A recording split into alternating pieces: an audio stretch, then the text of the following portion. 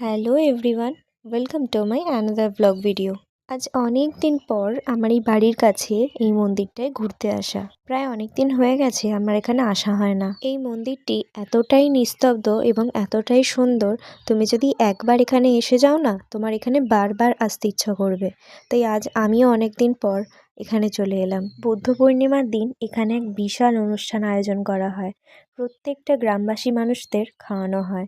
তোমরাও আসতে পারো, তবে হ্যাঁ, রাত্রিবেলা এলে আরও দারুণ লাগবে। আমি যখন অনেকটাই ছোট, হয়তো 6 বা 7-8-এ পড়ি, তখন এই মন্দিরটি এখানে স্থাপন করা হয়েছিল। আচ্ছা, তোমাদের তো জায়গাটা বলে দেওয়া হয়নি। যারা চেনো না তাদের জন্য জায়গাটা অবশ্যই আমি বলে দেবো এবং আমার ডেসক্রিপশন বক্সেও লিখে দেবো। জায়গাটা হলো একদম হাওড়ার জয়পুরে।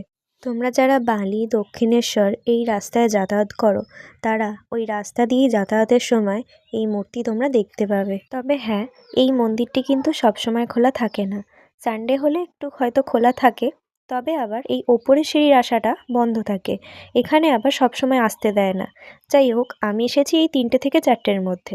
তোমরাও সেই টাইমে যেতে পারো বা সন্ধে হলেও যেতে পারো, তখন হয়তো খোলা থাকতে পারে। এরপরেও যদি তোমাদের কোনো কিছুতে কোশ্চেন থাকে, তাহলে অবশ্যই আমার কমেন্ট বক্সে জানিও। আমি অবশ্যই তোমাদের রিপ্লাই দেব। এই যে এইগুলো দেখতে পাচ্ছ, এটা হচ্ছে একদম ওই বড় মূর্তিটার নিচে, অর্থাৎ একদম ঢোকার মুখে। এই জায়গাটিতেও ভেতরে যাওয়া যায়, কিন্তু মেন দরজা বন্ধ ছিল, সেই কারণে আর যাওয়া হয়নি। যাই হোক, নেক্সট বার এসে তোমাদের এই মেন দরজা থেকে ভেতরে গিয়েই দেখাবো। জায়গাটি তোমাদের কেমন লাগলো অবশ্যই আমার কমেন্ট বক্সে জানিও। ততক্ষণ টাটা। আবার দেখা হচ্ছে তোমাদের সাথে নেক্সট ভিডিওতে।